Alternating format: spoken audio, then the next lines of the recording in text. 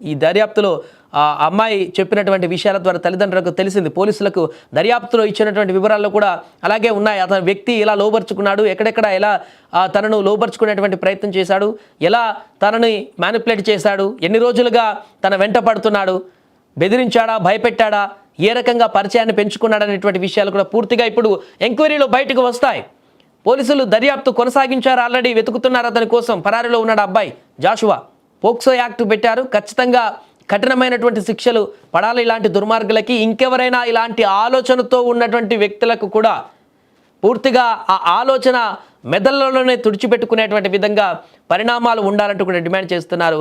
ఇప్పుడు ఆ తల్లిదండ్రుల బాధ చూడండి ఎంత దారుణంగా ఉంటుందంటే, కన్న బిడ్డ ఇలాంటి పరిస్థితులకు తనకంటే ఏం తెలియదు, చిన్నపిల్ల, ఇలాంటి దుర్మార్గులు వెంటపడి ఇంత దారుణంగా మాకు తెలియకుండా ఇలాంటి కార్యక్రమాలు చేస్తున్నారంటే కన్న బిడ్డలను కూడా ఇంకా ఎలా కాపాడుకోవాలనేటువంటి పరిస్థితి తల్లిదండ్రులకు ఉంది.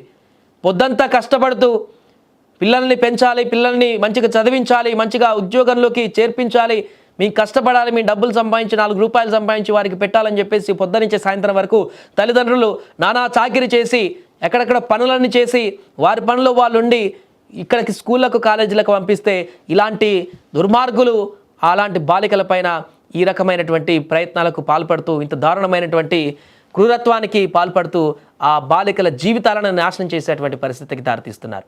అందుకే ఇలాంటి వారికి కఠినంగా శిక్షలు పడాలంటూ కూడా అక్కడ ఉన్నటువంటి స్థానికులు కూడా డిమాండ్ చేస్తున్నారు.